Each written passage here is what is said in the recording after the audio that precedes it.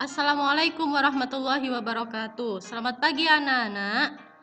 Anak-anak kelas 4, hari ini kita akan belajar lambang negara Indonesia, yaitu Garuda Pancasila.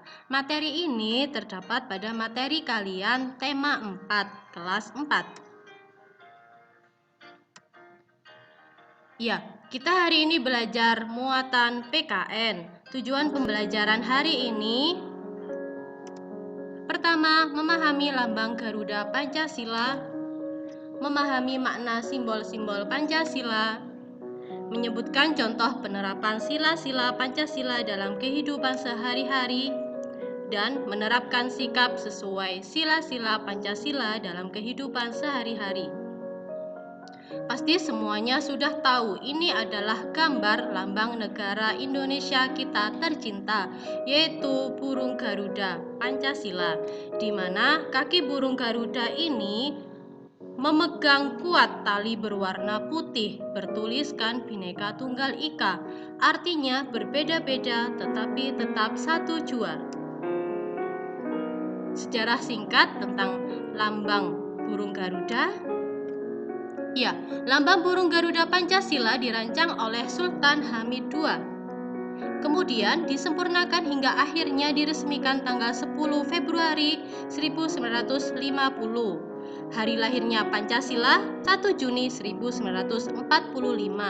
Pada saat itu Presiden Soekarno berpidato menyampaikan konsep dan rumusan awal Pancasila untuk pertama kalinya dikemukakan sebagai dasar negara Indonesia merdeka. Hari Kesaktian Pancasila diperingati setiap tanggal 1 Oktober sesuai dengan keputusan Presiden nomor 153 tahun 1967. Ini terjadi setelah peristiwa G30S PKI. Gejolak ini berhasil diredam oleh otoritas militer sehingga tanggal 1 Juni dinamakan Hari Kesaktian Pancasila.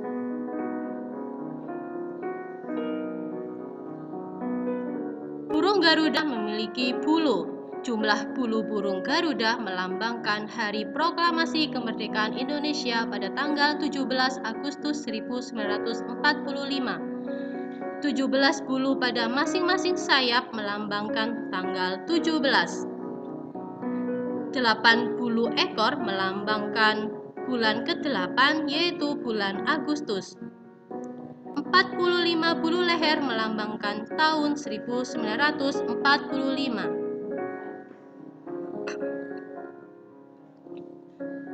Sekarang kita akan belajar makna simbol sila Pancasila. Yang pertama, ketuhanan yang Maha Esa. Sila pertama. Lambang bintang tersebut memiliki makna sebagai sebuah cahaya yang dipancarkan oleh Tuhan yang Maha Esa kepada umat manusia. Kemudian, latar belakang hitam pada lambang bintang emas tersebut menggambarkan warna alam, berkah dari Tuhan yang menjadi sumber segalanya di muka bumi ini. Simbol sila kedua yaitu rantai emas. Kemanusiaan yang adil dan beradab, simbol rantai emas. Dalam simbol tersebut, mata rantai dalam simbol tersebut berbentuk persegi dan lingkaran yang saling mengaitkan. Mata rantai berbentuk persegi 4 merupakan lambang laki-laki, sedangkan mata rantai lingkaran menggambarkan perempuan. Kemudian mata rantai yang saling mengaitkan melambangkan hubungan timbal balik antar umat manusia, baik laki-laki maupun perempuan. Sila ketiga, Persatuan Indonesia, lambang pohon beringin. Pohon beringin dengan akar yang menjulur ke bawah diartikan sebagai tempat berteduh. Jadi, Pancasila sebagai dasar negara diibaratkan sebagai peneduh bangsa Indonesia untuk berlindung dan merasa aman. Pohon beringin juga memiliki akar tunggang yang kuat, menggambarkan persatuan bangsa Indonesia. Sementara sulur-sulur pada pohon beringin melambangkan suku, keturunan, dan agama yang berbeda-beda di Indonesia. Meskipun berbeda-beda, mereka tetap bersatu sebagai bangsa Indonesia di bawah lambang Pancasila. Sila keempat, kerakyatan yang dipimpin oleh hikmat kebijaksanaan dalam permusyawaratan perwakilan. Banteng diartikan sebagai hewan sosial yang suka berkumpul dan bergerombol. Saat banteng berkumpul menjadi lebih kuat dan sulit diserang lawan, jadi lambang kepala banteng tersebut menggambarkan budaya bangsa Indonesia yang senang berkumpul, berdiskusi, dan bermufakat. Kepala banteng menjadi perumpamaan manusia dalam mengambil keputusan, yakni yang harus dilakukan secara tegas. Sila kelima, keadilan sosial bagi seluruh rakyat Indonesia. Simbol padi dan kapas melambangkan dua hal yang dibutuhkan manusia demi bisa bertahan hidup. Padi melambangkan ketersediaan makanan, sementara kapas ketersediaan pakaian. Dengan adanya ketersediaan pangan dan pakaian, manusia akan bisa bertahan dan hidup dengan nyaman. Jadi, setiap manusia berhak atas pangan dan sandang secara adil dan setara, tanpa membeda-bedakan. Terpenuhinya pangan dan sandang merupakan syarat suatu negara dianggap sejahtera.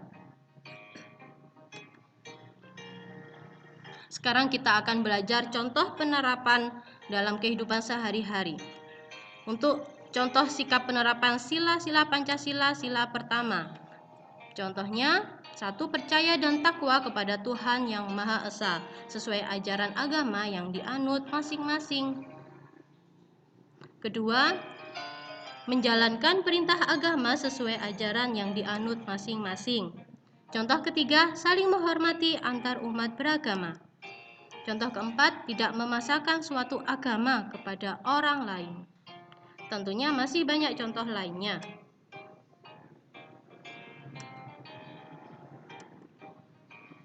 Contoh sikap penerapan sila-sila Pancasila, sila kedua. Pertama, menjaga kelestarian alam sekitar. Ini menunjukkan bahwa sikap manusia yang beradab. Contohnya menjaga agar tumbuh-tumbuhan agar hidup dengan baik, mengadakan gerakan penghijauan lingkungan sekitar, dan lain-lain. Contoh selanjutnya, tidak berbuat semena-mena terhadap orang lain. Kita harus bisa memperlakukan orang lain dengan baik. Tidak boleh berbuat semau kita sendiri. Kita harus mencintai dan menyayangi sesama manusia.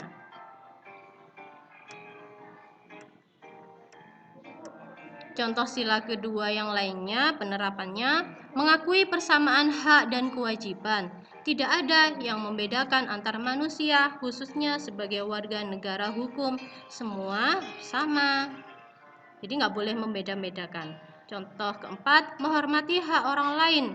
Contohnya, jika kakak atau adik sedang butuh waktu konsentrasi, maka kamu harus menghormatinya untuk mengecilkan volume suara TV atau suara radio. Kemudian, selalu bersikap sopan dan santun dimanapun kita berada.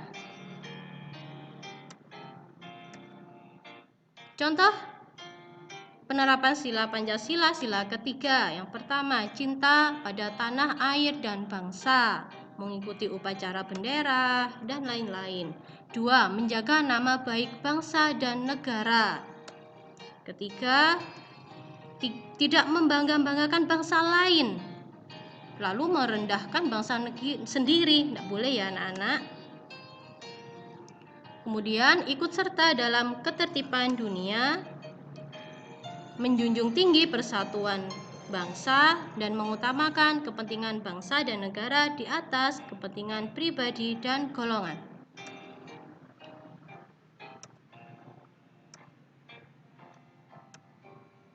Contoh sikap penerapan sila Pancasila, sila keempat.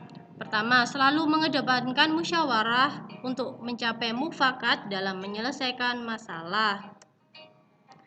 Tidak memaksakan kehendak kepada orang lain, mengutamakan kepentingan masyarakat, bangsa, dan negara, menghormati hasil musyawarah, ikut serta dalam pemilihan umum.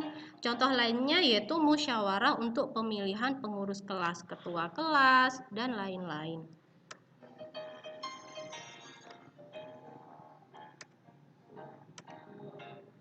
Contoh sikap penerapan sila Pancasila sila kelima. Pertama, bersikap adil dan tidak pilih-pilih saat berteman. Contoh kedua, menghargai hasil karya orang lain. Contoh ketiga, tidak mengintimidasi orang dengan hak milik kita. Keempat, menjunjung tinggi nilai kekeluargaan. Kelima, menghormati hak dan kewajiban orang lain. Keenam, suka melakukan kegiatan untuk kemajuan yang merata dan berkeadilan sosial. Contohnya turut serta pembangunan desa, memberi pelatihan usaha agar orang bisa mandiri. Kesimpulan pembelajaran kita hari ini, Pancasila adalah ideologi dasar bagi negara Indonesia. Pancasila mampu menyatukan seluruh bangsa Indonesia. Pancasila juga mampu menghadapi desakan pemberontak. Oleh karena itu, kita harus mengamalkan nilai-nilai Pancasila dalam kehidupan sehari-hari. Kita harus menerapkan sila-sila Pancasila dalam kehidupan sehari-hari. Ya, terima kasih sudah belajar bersama Bu Wika ya anak-anak.